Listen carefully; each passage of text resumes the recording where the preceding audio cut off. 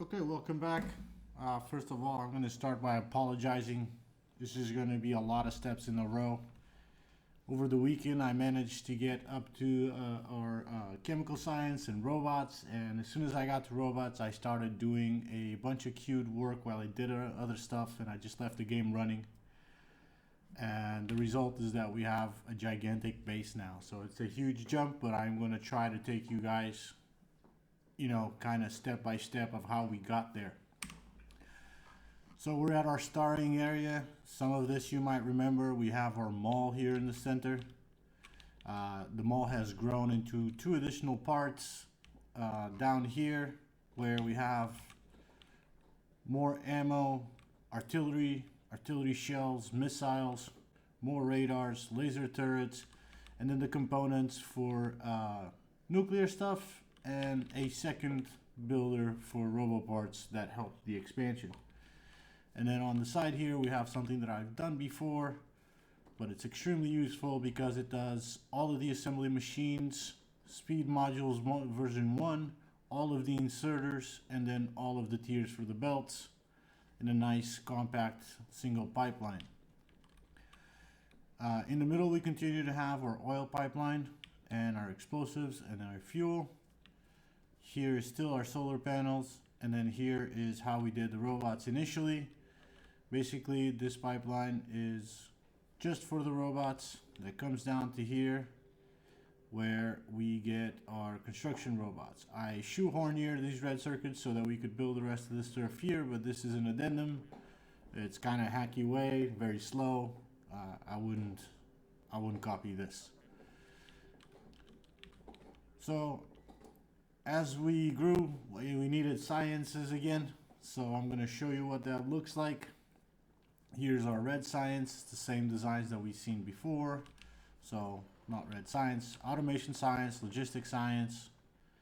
And then here's the blue science, also very compact. Basically, it's bigger because it needs oil and it needs a lot of red circuits and engines.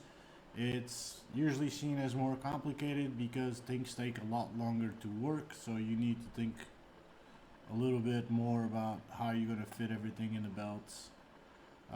This way I managed to keep it pretty compact and produce at our 50 science packs per minute goal.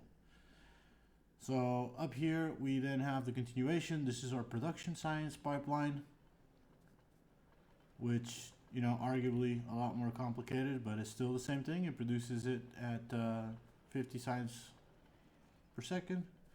Fortunately, we're amidst pretty much of an oil shortage at the moment. So oil is a bit low, as you can see here in the station on the right side panel. And then here we have our utility science, or yellow science, which is arguably the most complicated one. But still, it fulfills the goals that we want as long as there's enough oil to go around. Now, at this point, we had all the sciences, so we did all of the research that we could do up to the infinite sciences, right? So we did everything in the list. Now all that's left is the infinite science, which I have not started in. I have not launched the rocket yet. The reason I have not launched the rocket yet is because I've been playing around with this city block style and making a few blueprints, and I've also added a mod. So I got to the point where managing all the trains was getting incredibly difficult. So I looked up, and there's a mod called Logistics Train Network.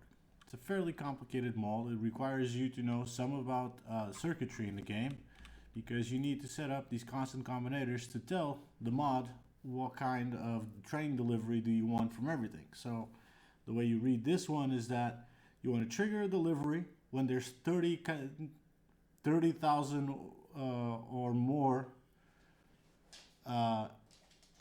items missing.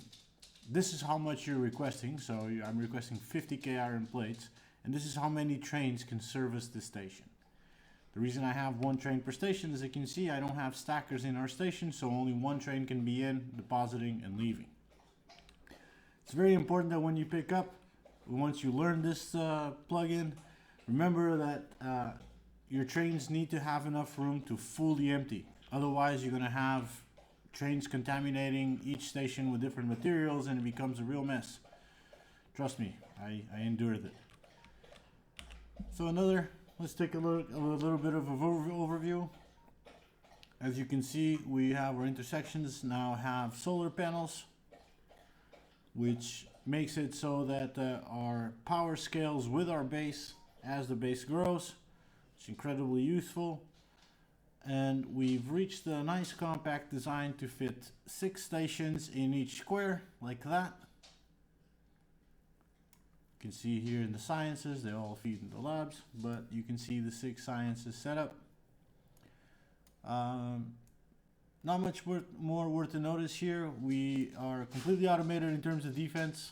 I was hoping I could see an attack happening here to show. I'm sure eventually one will come. There's one here. Apparently we have something annoying us there, but I don't have a radar nearby. This is the latest expansion. Here you kind of see what the defense looks like. We have our walls and then a bunch of mixed lasers and ammo turrets. So yeah, there's not much more. This is basically, as soon as I got robots, I grabbed our little book of blueprints, which have a bunch of like the modular stuff that you see applied everywhere. So we have our train depot, single stop station, 2 stop station, 3 stop station, input, output, input for liquids. I don't have a design for output for liquids that I like yet, so I haven't saved it. This is our empty block. This is our straight rail blocks. This is our intersection blocks. This is our base wall. This is the acute angle for our base wall, and this is the obtuse angle for our base wall. I have a generic, very large landfill blueprint, and then our cement floor. When I said there's nothing more else to show, I lied. There's a couple of builds I want to show because they turn out really well. One of them is the nuclear reactors. Pretty decent setup, very small. I set this up as soon as I could and then just let it go. Basically, these two are refining the ore, and then these will go into a Covarex process, which will then loop around, and then the excess goes into making our fuel cells, which then get fed when consumed to this thing. We can see one coming right now, and then we'll go back in here and in there. We have these chests serving as a buffer because at the beginning you'll produce a lot more of the darker uranium than the lighter one, and then as Covarex progresses it'll balance it out. So eventually I'll actually start feeding these things into there.